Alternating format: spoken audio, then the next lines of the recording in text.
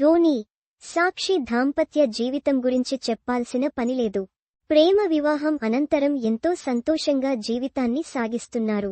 ధోని అంతర్జాతీయ క్రికెట్కు రిటైర్మెంట్ ఇచ్చినా ఐపీఎల్లో మాత్రం మెరుస్తున్నాడు. బిజినెస్ మ్యాచ్లు కావడంతో కొనసాగుతున్నాడు.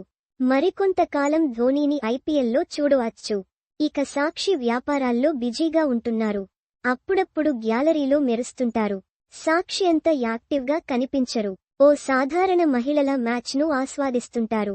ఆ సంగతి పక్కనబెడితే ఓ ఇంటర్వ్యూలో సాక్షి ధోని గురించి కొన్ని వ్యక్తిగత విషయాలు పంచుకున్నారు. బ్యాక్కొటేషన్ ధోని చిన్నప్పుడు వాళ్ల నాన్నకు బాగా భయపడేవాడు. దీంతో ఆయనతో సరదాగా గడపడాన్ని ఓ లోటుగా భావిస్తుంటాడు. అందుకే మా పాప జీవాతో స్కూల్ మాన్పించి మరీ ఆడుకుంటాడు.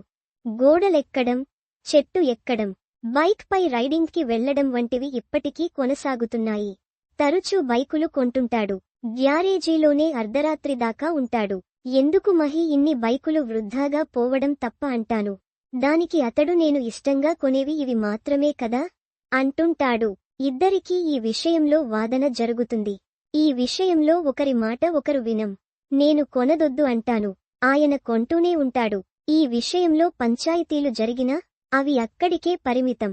ఎలాంటి వివాదమైనా ఆ కాసేపే ఉంటుంది. గంట 2 గంటల్లో మళ్లీ మామూలుగా మాట్లాడుకుంటాం.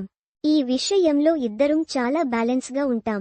అందుకే అవన్నీ సరదాగా మారిపోతుంటాయి బ్యాక్కొటేషన్ అని తెలిపింది.